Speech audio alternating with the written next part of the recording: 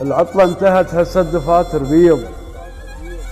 حلم مر بعجل بس خلصت ذكرى. ومن اول شمس دقت علينا الباب قلت له استاذ هسه ايش نكتب ايش نقرا؟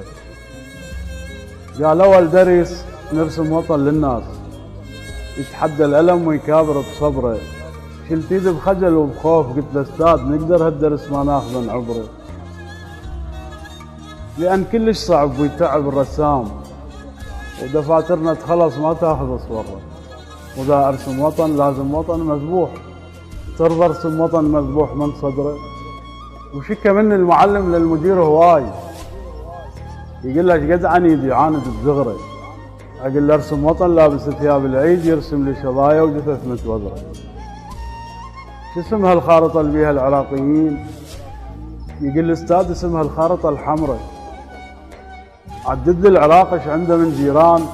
يقول لي الكلاب كلها نيابها مكشره. احكي لي على النفط ايش عندنا من مخزون؟ يقول لي من النفط ما نمتلك قطره. اقول له ارسم حقد يلهم بيوت الناس يرسم لي مدافع تقصف الثوره. اقول له ارسم شمس تطلع بنص الليل. يقول لي استاذ يعني نقشمر القمره؟ حذرني المدير وقال لي مفصول حتى من الجدال تصير لك عبره. على حكيك تريد تعلم الطلاب لازم لوطن بس تلهج بذكره. وودعت اصدقائي بخاطر المكسور ومن يقدر كسر بالخاطر يجبره.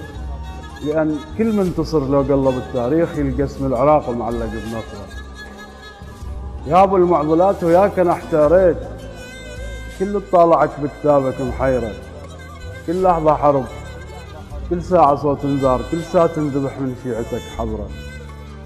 12 عد الشهور وما يمرهن عيد بس عاشور بيك 13 مره. من طبرة علي لو نحسب الطبرات صار بحضرتك 60,000 طبرة. يا أول كنيسة تبدلت إنجيل يا آخر مطاف زيارتك عمره. سمعت من الحجاز وبيك مر الصوت من ردد نبيك سورة الأقرة. وربك ما قطع يوم النخ إبراهيم احمي البيت من جيش برها وكفره. هم انت بامان وما نخاف عليك لان ارضك قدس بها 12 دره. نحط شعبك امانه بحضره العباس ونكتب لك حرز من فاطمه الزهره.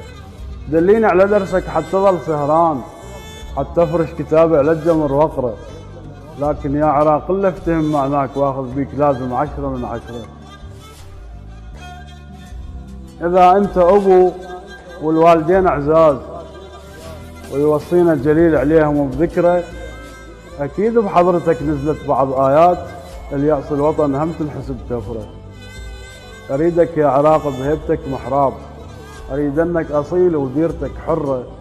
أريد المدن عندهن غيرة ابن جواد. إذا قصفوا الموصل تزعل البصرة.